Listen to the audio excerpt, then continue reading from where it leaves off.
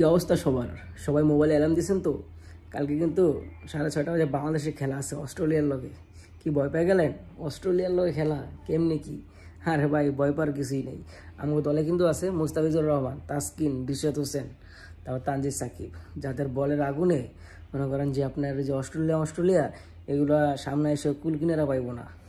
তো যাই হোক, শুভকামনা রইল বাংলাদেশ টিমের জন্য। অবশ্যই তারা তাদের যে জয়ের ধারাবাহিকতা অব্যাহত রাখবেন এবং আমাদেরকে সুন্দর একটি জয় উপহার দিবেন।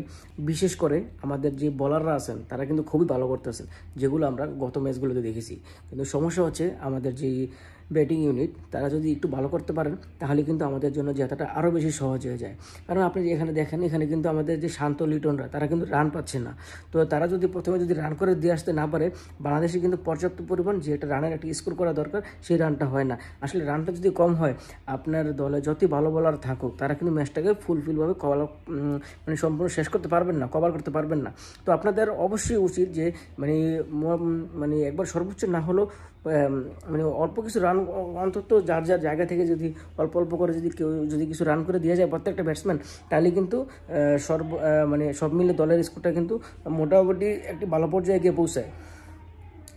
তো শান্ত লিটনের কথা আর কী বলবো, তাদেরকে নিয়ে যতই আলোচনা সমালোচনা করি তাদেরকে তার দল থেকে বাদ দেওয়া যাবে না।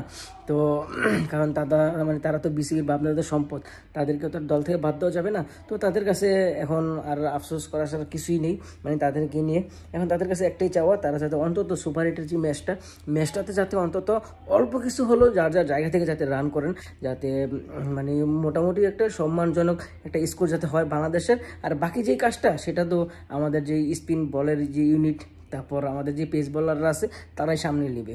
অস্ট্রেলিয়ার সাথে অন্তত ব্যাটাররা যদি অল্প কিছু রান করতে পারে, বাকিটা আমাদের যে বলাররা আছে তারাই কভার করতে পারবেন। তো শুভকামনা রইল বাংলাদেশ টিমের জন্য। অবশ্যই কালকে আমাদেরকে সুন্দর একটি জয় উপহার দেবেন। আমাদের যে হাসিমুখ আমাদেরকে হাসি খুশিতে বলিয়ে রাখবেন। শুভকামনা রইল বাংলাদেশের জন্য।